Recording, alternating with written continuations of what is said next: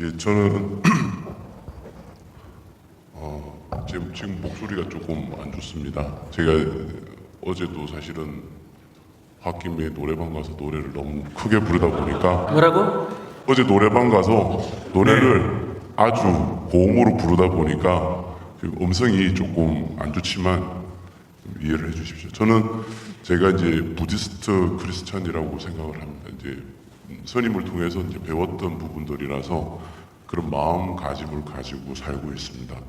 그리고 저는 그 고시 공부를 한 10개월 정도 하다가, 물론 뭐 젊었을 때 이제 대학교 졸업하고 고시 공부 10개월 정도 하다가 돈 문제로 그만두고 공기업에 들어갔습니다.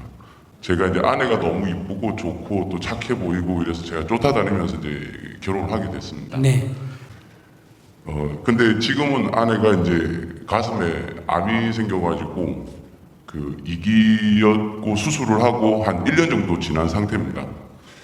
근데 제 아내는 이제 돈 욕심이 너무 많습니다. 그러니까 뭐 세상에 돈을 싫어하는 사람도 없을 것이고 다 돈을 좋아하는데, 사례를 한 2개 정도만 말씀을 드리면, 제가 이제 결혼을 할 때 그 전세금으로 제가 2003년도에 결혼을 했습니다. 근데 전세금이 5천만 원 있어야지 결혼을 할 수 있다 그래서 이제 그때 제가 모았던 돈이 뭐 회사 들어간 지 한 2년밖에 안 돼서 딱 2천만 원 정도 있었습니다. 이게 모자라니까 이제 부모님께 말씀을 드렸습니다. 좀 도와주십시오. 그래서 아버지께서 5천만 원을 이제 마련을 해주셨습니다. 그때 제가 가지고 있던 2천만 원은 제가 이제 사는 아파트 전세금으로 있었습니다. 그래서 이제 전세금, 이제 임대 아파트 보증금이었습니다. 그거를 결혼하기 전에 아내한테 의논을 했었습니다. 내가 지금 현재는 5천만 원이 없으니까 아버지께서 주신다 하니까 그 돈으로 결혼을 하자. 그리고 대신에 내가 지금 살고 있는 아파트 임대 보증금은 추후에 찾으면서 그걸 아버지께 돌려드리겠다. 그 얘기를 했었습니다. 아내도 그 동의를 했었고요. 근데 결혼을 하고 이제 한 달쯤 지났을 때 그 보증금을 찾으러 이제 지방으로 내려가려고 간다고 이제 가기 전에 이제 아내한테 얘기를 했습니다. 그 돈 찾으러 간다. 그리고 이 돈을 이제 아버지 드릴 거다 했더니 아내가 그 얘기를 하는 겁니다. 그 돈을 왜 돌려주냐? 아니 내가 결혼 전에도 얘기를 했지 않냐? 이 돈을 이렇게 해서 돌려드려야 될 돈이다. 했더니 자기 겉으로는 기억이 없다는 겁니다. 근데 기억이 없을 수도 있다라고 생각을 합니다. 사람이니까. 근데 그렇게 하면서 얘기를 하는 게, 너네 아버지가 그 돈 빼오라고 시키더냐고. 너네 엄마 아버지는 도둑놈이냐고. 그 얘기를 했습니다. 사례를 하나 더 말씀을 드리자면, 제가 선배한테 1,000만 원을 빌려준 적이 있습니다. 물론 잘못했죠. 그건 돌려받지 못했습니다. 근데 아내는 이제 부모님께 또 전화를 했습니다. 당신들 어머니 아버지라고 얘기를 하지만 거의 뭐 빚쟁이한테 전화하듯이 화를 냅니다. 당신들 아들이 돈을 날려먹었으니까 그 돈 내놔라. 부모들이 책임져라. 내놔라. 물론 말이 안 되죠. 근데 또 저희 부모님은 고민을 하시고 또 그래도 너네들 잘 사는 게 우선이다 하시면서 그 돈을 그렇게 잘 살지 않으십니다. 많이 힘듭니다. 연세도 벌써 80 중반에 넘어가십니다. 근데 그분들이 또 1,000만 원을 아내한테 직접 통장에 넣어줬습니다. 근데 아내는 또 제가 뒤로 돈을 빼서 부모님을 드리는 줄 알고 또 그럽니다. 사례를 뭐 더 들어야 될지 어떨지 잘 모르겠습니다. 우선은 그래서 이제 그 정도면 성격을 대충 알았다. 그래서 뭐가 문제요? 우선은 그런 아내하고 살 거냐 말 거냐 이게 문제요? 그건 선임 주신 도움 말씀 때문에 사는 것으로 결론은 내고 있습니다. 또 딸애가 지금 중학교. 아니 그러니까 지금 문제가 뭐냐고. 아내에게 이제 돈을 안 주고 제가 이제 제 노후를 준비하는 게 맞을지, 아니면 또 가정의 화목을 위해서 제가 받는 또 월급이라든지 이런 것들을 아내한테 주는 게 맞을지. 그러니까 돈을 평소에 아내가 어떻게 써요? 그걸 갖다 버려요? 제가요? 아내가 그렇게 돈을 모아서 버리느냐고. 그렇진 않습니다. 그러니까 사치하고 낭비하고 이러냐고. 그렇진 않습니다. 그럼 돈을 어떻게 해요? 모을 겁니다. 모아요? 네. 누 이름으로 모아요? 아내 이름으로 모읍니다. 자기 월급도 자기 이름으로 안 모으고 아내 이름으로 모아요? 네. 근데 아내가 뭐 저기 암 2기라 뭐 유방암입니다. 그래 곧 죽겠네. 뭐 죽은 거 다 자기 건데 뭐 어때? 이기고 수술도 잘 되고 그래서 제가 잘 때 봐야 뭐 살 거라고 그러면 10년 살 거 20년 살 정도지. 자기보다 먼저 죽겠는데 뭐. 저는 제가 이제 아내를 저도 이제 여자가 원래 더 오래 사는 편이니까 아니 근데 지금 그 암이라고 하니까 안심이 되지 않냐. 그렇게 아껴가지고 결국은 나 주려고 그래 아끼는 거 아니야. 그러면 별거 아니구만은. 저도 그 얘기는 합니다. 나한테 다 넘겨줄 거 아니면 악착같이 오래 잘 살아라. 제가 그 얘기는 합니다. 근데 지금 그러니까 문제가 뭐냐고. 그 문제는 내가 볼 때 어떻게 대처를 해야 되느냐 하는 어쨌든 대처하기는 그러니까 말은 조금 독하네, 그죠? 이 말은 들어보니 좀 독해요, 안 독해요? 실제로 그렇게 말했는지 안 했는지는 모르지만 자기 말대로 그렇게 말했다면 그 여성분이 말이 좀 독한 건 내가 봤을 때 그래. 자기 얘기만 들었을 때는 제가 얘기를 하면은 사람들이 잘 안 믿습니다. 그러니까 어쨌든 나는 믿어. 나는 믿으니까 좀 독하다 이 말이야. 말이 좀 독해서 같이 사는데 이 말 때문에 속이 상한 건 이해가 되는데 이 아내가 생각할 때 예를 든다면 결혼할 때 부모라면 아들에게 좀 결혼 자금을 좀 줄 수도 있지 않느냐. 근데 전세금 그거 줬다고 그 도로 2천만 원 가져가면 그 여자분이 볼 때는 부모로서 도리에 좀 안 맞다 이런 생각이 들어서 그런 거고 또 그 여자분이 볼 때는 자기가 이게 돈을 빌려주지 말한다 남한테 빌려줘가지고 돈을 버리니까 그분은 어디 갔어 그거 내 돈인데 그걸 남 줘가지고 못 받으니까 그러니까 자기 부모한테라도 협박을 해가 그 돈을 내가 받아야 되겠다 그렇게 해서 받은 거예요. 그 돈을 그렇게 해서 돈을 사치하거나 낭비하거나 뭘 한다면 문제인데 뭐 그렇게 안 한다니까 그나마 다행 아니냐 제 생각은. 그러니까 앞으로 자기가 돈 빌려줘서 버리는 그런 일을 안 하면 되지. 이제 한번 내가 못 갚으면 부모한테라도 받아가니까 자기가 함부로 돈 못 빌려줄 거 아니에요. 맞습니다. 그래 버르장머리 확 꽂혔네. 근데 자기가 원하는 만큼 사랑스러운 부인은 아닌 건 나도 이해가 되는데 그렇다고 뭐 특별히 문제가 있는 여자분은 아닌 것 같은데 말이 좀 독한 것 빼고는. 제가 그래서 이제 월급을 결혼하고 7년, 10년 정도까지는 100%를 다 주고 진짜 10만 원, 20만 원으로 살았었습니다. 네. 근데 그게 반복이 되면서 아내한테 주는 돈을 절반으로 줄였습니다. 네. 근데 요즘에는 저도 심사가 뒤떨어져 가지고 10원도 주고 싶지가 않습니다. 아내도 직장 다녀요? 네. 그럼 각자 자기 버는 거 자기가 쓰면 되겠네. 뭐 제가 지금 저도 생각하는 게 그 부분입니다. 근데 저는 지금까지는 내가 번 돈으로 생활비를 하고 자기 돈을 모아왔으니까 얼마나 모았대? 네? 그러면 자기 돈도 주고 자기 버는 것도 있고 많이 모았겠네.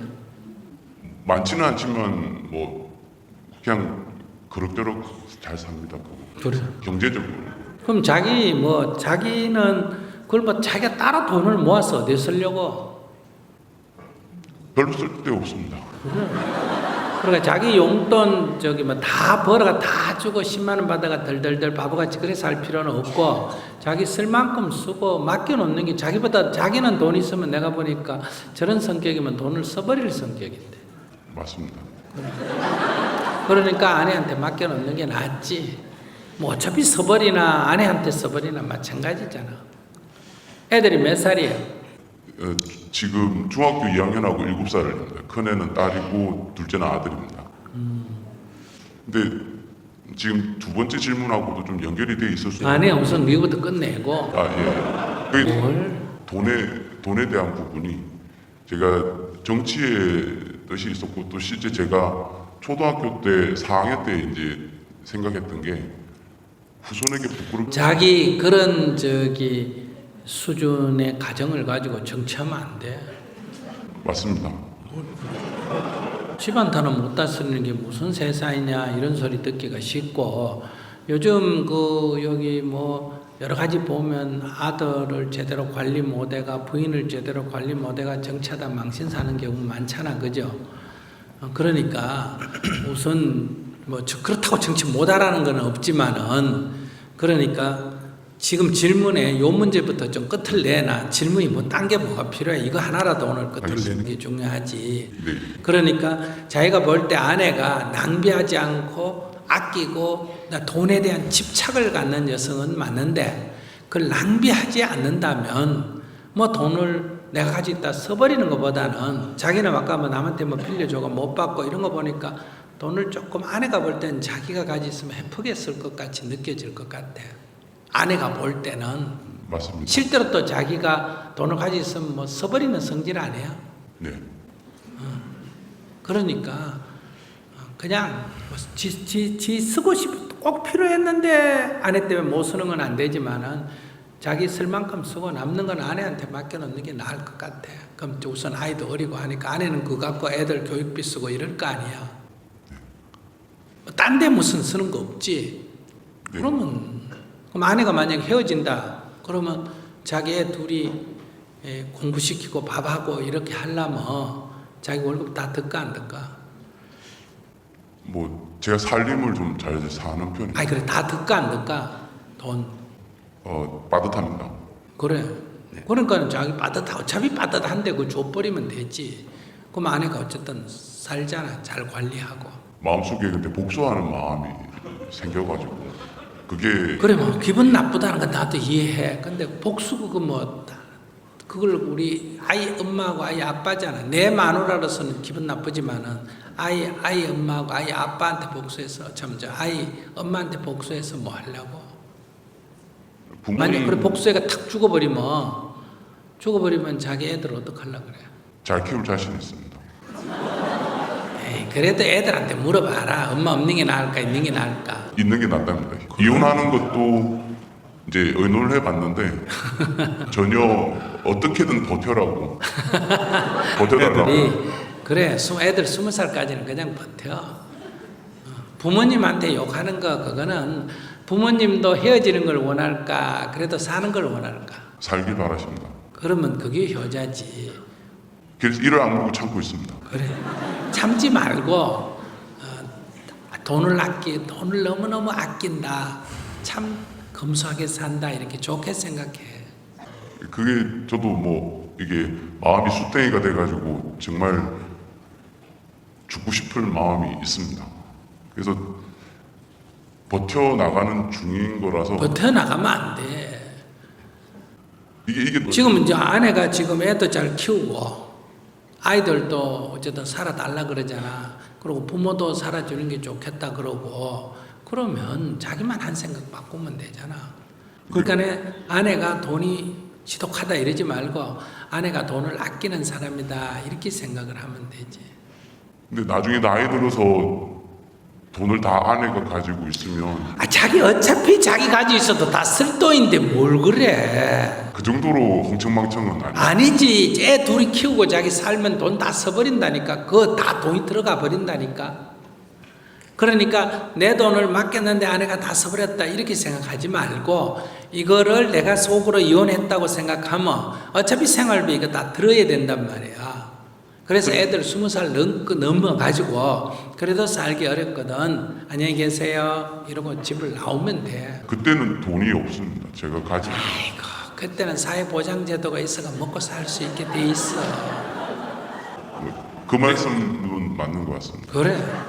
그러니까 그거 그때 가서 돈을 달라면 안 줄 거야 이렇게 생각하지 말고 그러니까 아내한테 내 돈을 맡긴다 생각하지 말고 생활비 쓴다 이렇게 생각하라니까. 내가 아내한테 주기는 주지만 아내는 그 돈 갖고 자기 가진다고 생각 안 하고 생활비 다 쓴다니까.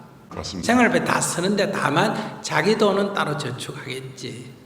그럼 이혼하면 어차피 똑같은 일이잖아. 아내를 파출부로 가정부로 데려놓으면 어차피 자기 월급까지 줘야 되는데. 지금 그래서 가정부도 좀 부릅니다. 그냥 편하게 살라고. 그러니까 아내는 돈을 자기 편하게 애 둘이 키우고 직장 다니려면 가정부 가끔 가끔 불러야 돼. 그러니까 제가 하다가 제가 안 하니까 가정부를 부르게 되는 거예요. 그래, 여자가 현명하다. 여자 입장에서 보면 현명한 여자야. 그걸 막 죽기 살기로 병 들어가면서 하는 것보다는 자기부터 살고 봐야 되니까. 여자가 자기 아내로서는 조금 문제인지 몰라도 평균적으로 보면 똑똑한 여자네요. 근데 제가 아내가 아팠을 때 아내를 위해서 제가 가정부를 이렇게 불렀을 때는 욕을 먹습니다. 너는 그렇게 하니까 돈 개념이 없는 거다고 욕을 합니다. 근데 그건 맞는 말이야. 네. 정작 제가 이제 손을 떼면 그때는 또 자기가 부릅니다. 그러니까 제가 하는 행동 하나하나가 다 잘못된 겁니다. 그러니까 제가 어떤 마음으로 살아가야 되는지가 그러니까 매일 아침에 절을 하면서 우리 어머니도 이 여자하고 살아주기를 원하고 우리 아이들도 이 여자분하고 살아주기를 원하잖아. 그지? 네. 그러니까 자기가 절을 하면서 매일 아침마다 절을 하면서 도망 안 가고 저하고 살아주기만 해도 감사합니다. 이렇게 한번 기도해 보세요. 저하고 살아주는 것만으로도 감사합니다. 여보 저하고 살아주는 것만으로도 감사. 살아줌으로 해서 어머니를 기쁘게 하고 아이들을 기쁘게 하잖아. 딴 거 아무것도 안 해도 좋아. 그냥 살아주는 것만 해도 고맙습니다. 이렇게 기도를 해보면 어떤 변화가 일어날 거예요. 알겠습니다. 뭐라고? 절을 하면서 아침 108배 절을 하면서 뭐라고 하라고? 살아만 줘서 같이 살아주는 것만. 아니, 나하고 도망 안 가고 나하고 살아주는 것만으로도 고맙습니다. 아무것도 안 해도 괜찮아. 그저 이혼 안 하고 살아주는 것만 해도 고맙다. 이렇게 기도를 하면 변화가 일어날 거예요. 자기한테. 제가 바뀔 수 있습니까? 누가 바뀌어야 될 것 같아? 제가 바뀌어요. 그래, 자기가 살아주는 것만 해도 고맙습니다 하는 마음으로 바뀌면 이게 아무 문제도 안 돼. 네, 맞습니다. 그러니까 그렇게 7년 정도는 그렇게 살았었습니다. 근데 그러다 보니까 점점 사람이 독해지고 어느 순간 그거부터 먼저 해야 돼. 자기 여기 질문에 보니까 뭐 보살이 뭔지 뭐 통일이 뭔지 이런 질문을 막 쭉 써놨는데 네. 지금 자기가 그런 마음을 내는 게 보살이고 아시겠어요?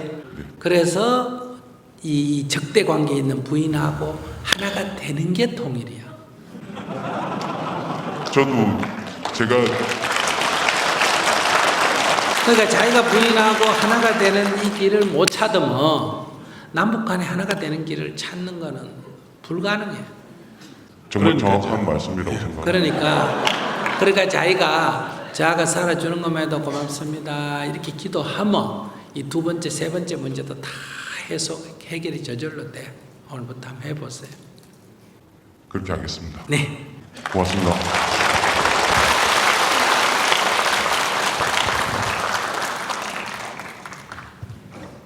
그러면 우리가 북한 문제를 기도하려면 여기에 비유해서 북한 문제를 기도하려면 어떻게 하면 될까?